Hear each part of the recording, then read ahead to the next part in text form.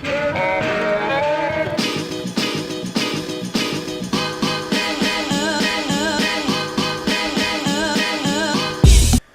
today's vlog is going to be about compost and just a few tips how you can make really good compost wherever you are, at home, at school, at work, on the farm, wherever you are you can make compost.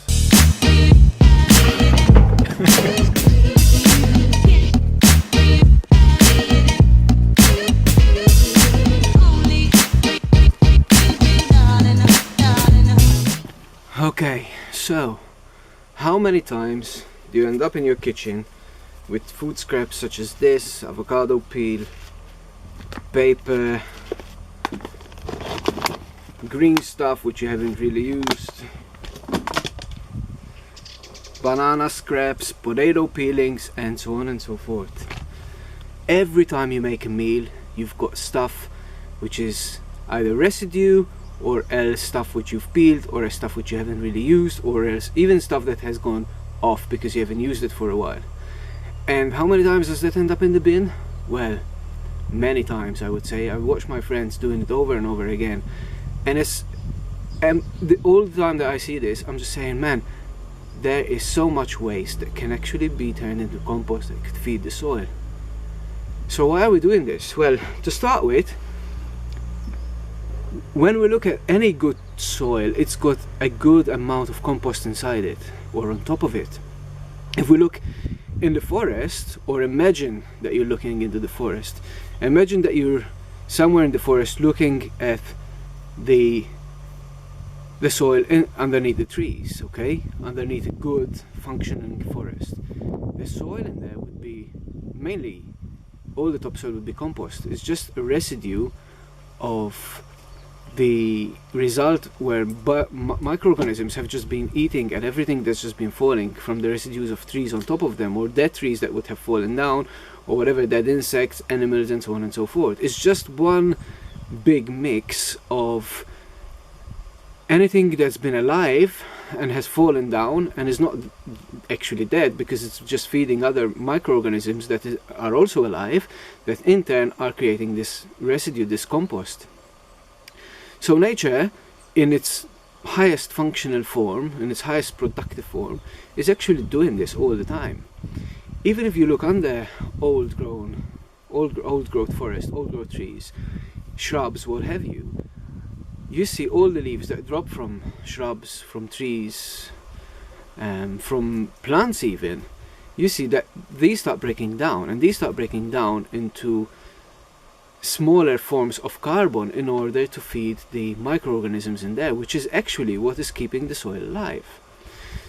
So it makes sense that basically the earth is feeding us partly through the cycle, through feeding itself back into the soil.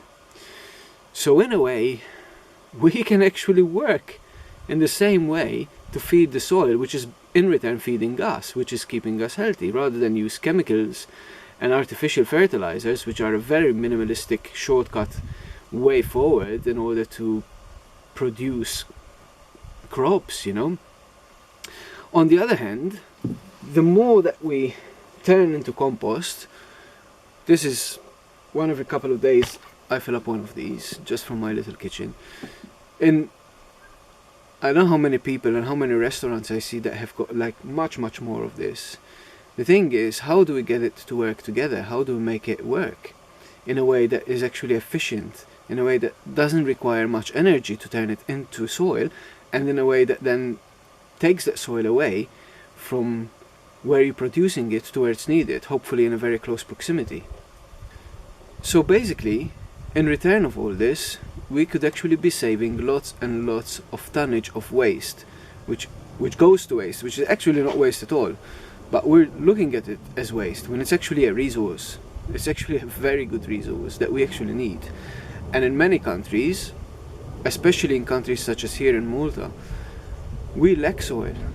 We don't have this as an abundant resource, because soil in geological time needs thousands of years to form. Between the breakdown of minerals and the breakdown of organic matter, it needs thousands of years to form. When in fact we're losing it, we're losing soil through different forms of erosion at much higher speeds than it's actually replenishing itself. So if we want to keep feeding ourselves, if we want that we actually maintain a sustainable system, a sustainable ecosystem, because at the moment we have to maintain it, since we are already using it, or more to say abusing it, we have to turn the page around and look at the very basic level of what sustains life: soil and water. The two big elements that most of the time we overlook when we talk about sustainability. So here we are. Let's have a look at what we're gonna do with this compost and turn it back into dark, rich soil that we will then use.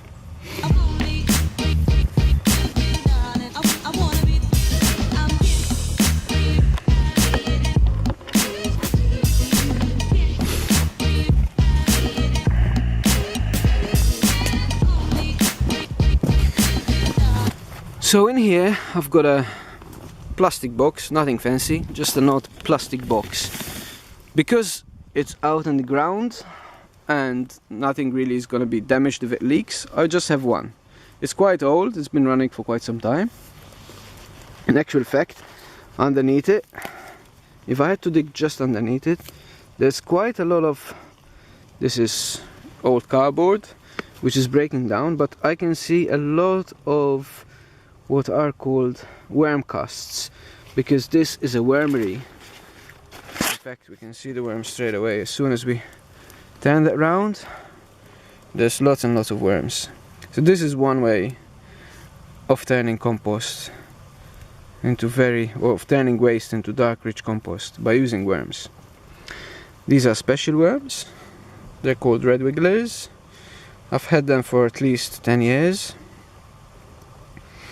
And they keep breeding and breeding as long as you keep maintaining a good level of feed for them, a good level of waste, that then they turn into this rich, black, dark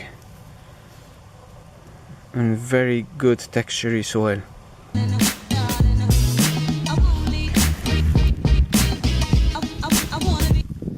So all we're gonna do is we're just gonna get this and just turn it back in there. The important thing, however, when we have a lot of greens, is to actually mix good browns with it, which means we need stuff which is going to disintegrate into nitrogen, but at the same time, to balance that, we need carbon. So what we need to do is make sure that we get enough stuff such as dry leaves, shredded paper, cardboard, straw, sawdust, you name it. It's stuff which is on the dry side, which is not going to disintegrate by itself. But because we've got other stuff that are what we call the greens, which is the waste material from your kitchen, which is otherwise going to break down with a lot of ammonia in it, it needs to be balanced with carbon. So we have a good balance between the greens and the browns. Okay, now let's have a look in here. This is the ready material. Look at that. This stuff is all done. It's ready, it's been made, and it's nice and fluffy. This is all very rich compost, ready to go in to feed the plants and the trees where is needed. And the beauty of it, it didn't cost a thing. It was just otherwise gone to waste. And here it is, feeding the ecosystem, which in return is going to feed us more food.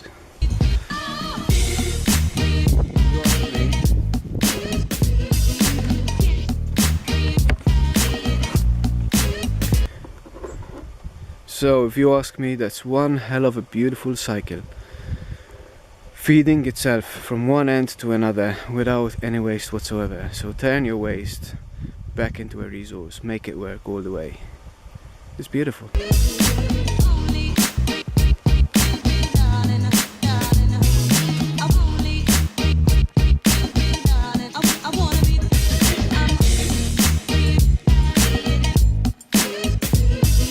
Nature is incredibly intelligent and incredibly creative. It's been doing this for millions of years. Let's try not to fight it, but work with it. We'll be much better off.